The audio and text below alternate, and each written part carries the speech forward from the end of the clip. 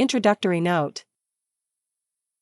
The treatise of the Imitation of Christ appears to have been originally written in Latin early in the 15th century. Its exact date and its authorship are still a matter of debate. Manuscripts of the Latin version survive in considerable numbers all over Western Europe, and they, with the vast list of translations and of printed editions, testify to its almost unparalleled popularity. One scribe attributes it to Saint Bernard of Clairvaux, but the fact that it contains a quotation from Saint Francis of Assisi, who was born 30 years after the death of Saint Bernard, disposes of this theory. In England there exist many manuscripts of the first 3 books, called Musica Ecclesiastica, frequently ascribed to the English mystic Walter Hilton. But Hilton seems to have died in 1395, and there is no evidence of the existence of the work before 1400.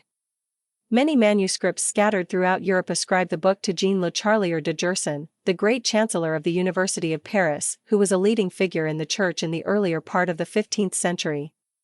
The most probable author, however, especially when the internal evidence is considered, is Thomas Hemmerlein, known also as Thomas à Kempis, from his native town of Kempen, near the Rhine, about 40 miles north of Cologne. Hemmerlein, who was born in 1379 or 1380, was a member of the Order of the Brothers of Common Life, and spent the last 70 years of his life at Mount St. Agnes, a monastery of Augustinian canons in the Diocese of Utrecht.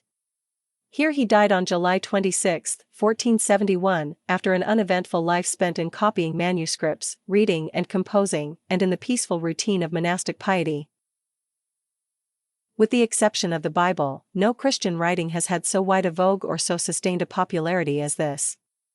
And yet, in one sense, it is hardly an original work at all. Its structure it owes largely to the writings of the medieval mystics, and its ideas and phrases are a mosaic from the Bible and the Fathers of the early Church.